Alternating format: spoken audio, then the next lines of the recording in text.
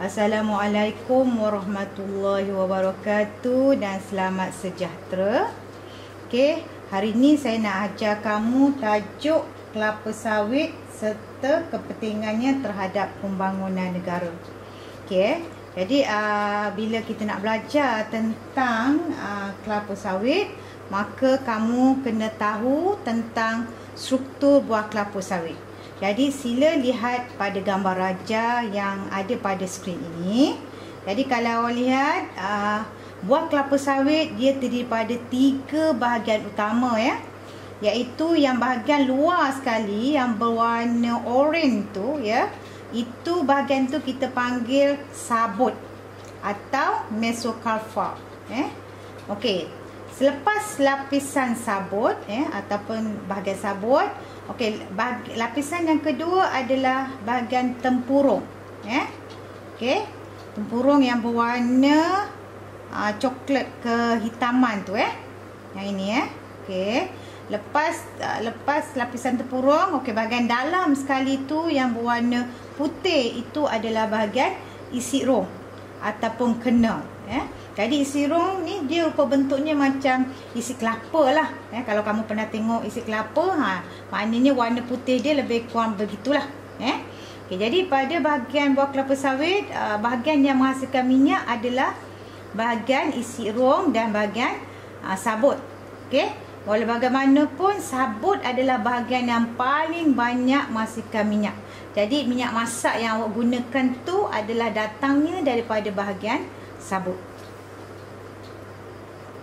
Okey, yang berikutnya saya akan terangkan bagaimana minyak masak minyak masak dihasilkan daripada buah kelapa sawit Jadi maknanya awak akan tahu dia punya peringkat-peringkat Jadi kalau awak lihat, ini adalah merupakan proses pengekstrakan minyak kelapa sawit Jadi pengekstrakan itu apa?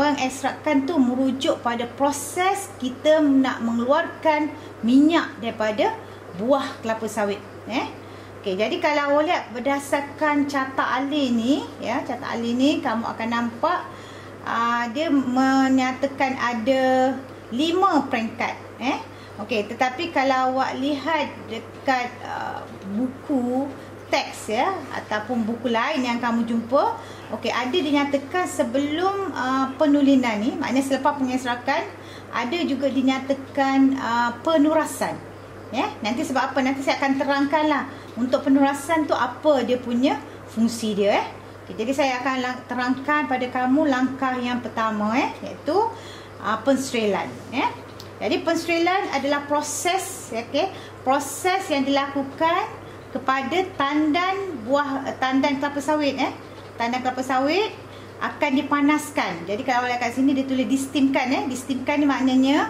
buah kelapa sawit tadi akan dipanaskan menggunakan wap panas Jadi tujuan penserilan ini adalah untuk membunuh kuman dan melembutkan buah Okey, selepas penserilan, okey, buah kelapa sawit tadi akan melalui proses yang kedua iaitu penanggalan. Okey, penanggalan ni adalah proses yang menyebabkan tandan akan ditanggalkan daripada buah sebabkan pada peringkat penserilan tadi, bila kita panaskan, buah tadi dah menjadi lembut. Jadi bila dia lembut, bermaksud bila kita lakukan pergerakan pergerakan pada tandan buah kelapa sawit tadi, jadi buah tadi akan tertanggal lah daripada tandannya.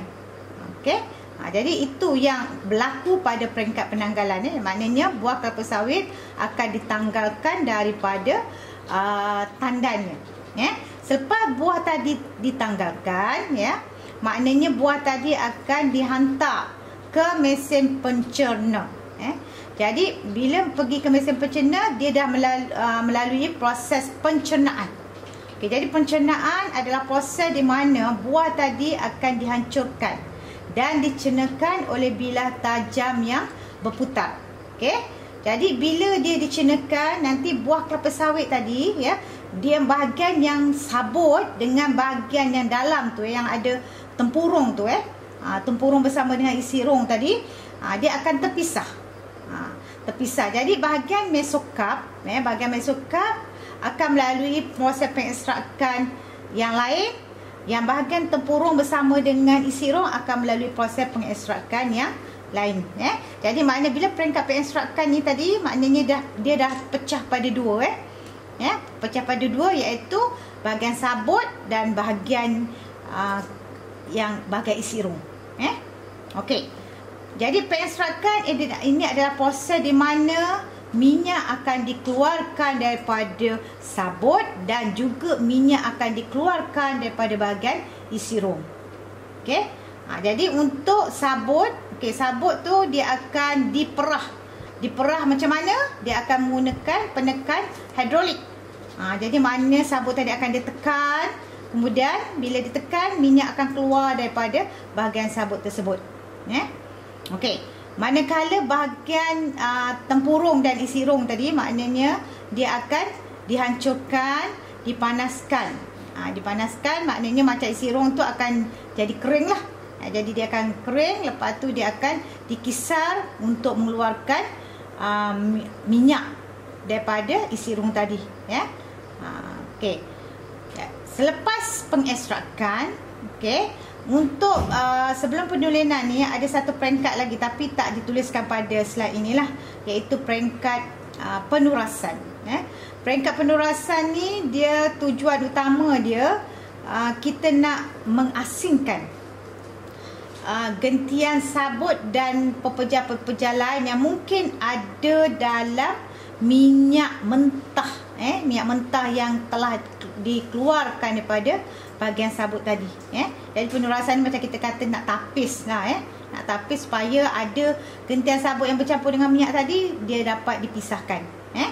Okey, selepas penurasan, minyak tadi akan melalui peringkat penulinan.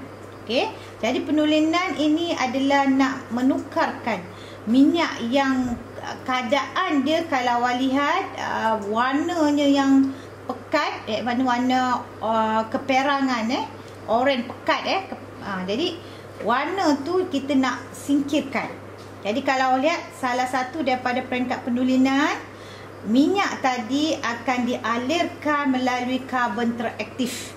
Jadi tujuannya supaya dapat menyingkirkan warna yang pekat pada minyak yang tak tulen tadi dan menjadi minyak tulen yang warnanya lebih jernih dan lebih warna dia, kalau awak lihat macam yang kamu tengok lah, warna minyak masak yang mak kamu gunakan di rumah, itulah warna minyak sawit yang telah ditulinkan. Kalau tak ditulinkan, warna dia warna oranye pekat. Okey, selain daripada dialirkan karbon teraktif, minyak tadi juga dialirkan dengan steam. Tujuan dia nak menyingkirkan asid, asid dalam minyak supaya minyak tadi tidak berbau masam. Okey. Yang ini kalau lihat dia kata minyak sawit mentah dirawat menggunakan asid fosforik untuk hilangkan kotoran.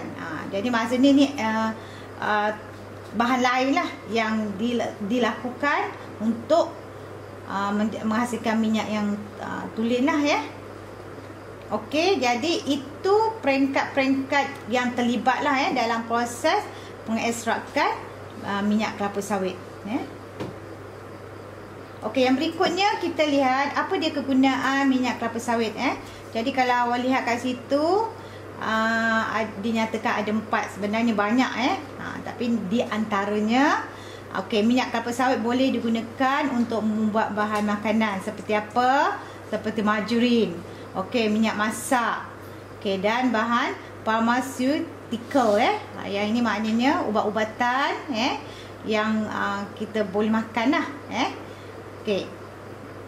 Yang berikutnya kita tengok membuat bahan bukan makanan. Apa dia? Seperti sabun, sabun, minyak grease, lilin, minyak pelincir, bahan kosmetik, Okey, minyak sawit juga boleh juga digunakan untuk menggantikan lemak susu dalam penyediaan creamer kopi. Okey, boleh digunakan sebagai asas dalam pembuatan aiskrim. Okey, supaya aiskrim tadi tahan lama. Okey. Jadi kalau awak nampak di sini banyak kegunaan minyak kelapa sawit. Jadi sebab tu kalau awak lihat kenapa kita kata minyak sawit ni sebenarnya dia sangat bagus, dia punya potensi dia, kerana kalau lihat banyak kegunaan, maknanya daripada minyak sawit tadi banyak produk-produk yang kita boleh hasilkan. Okey, jadi yang seterusnya saya nak beritahu juga tentang kandungan nutrien yang ada dalam minyak kelapa sawit.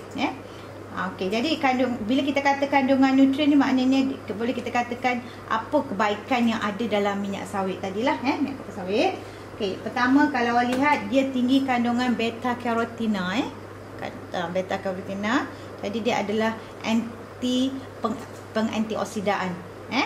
Maksudnya kalau ikut kajian dia boleh mencegah kanser.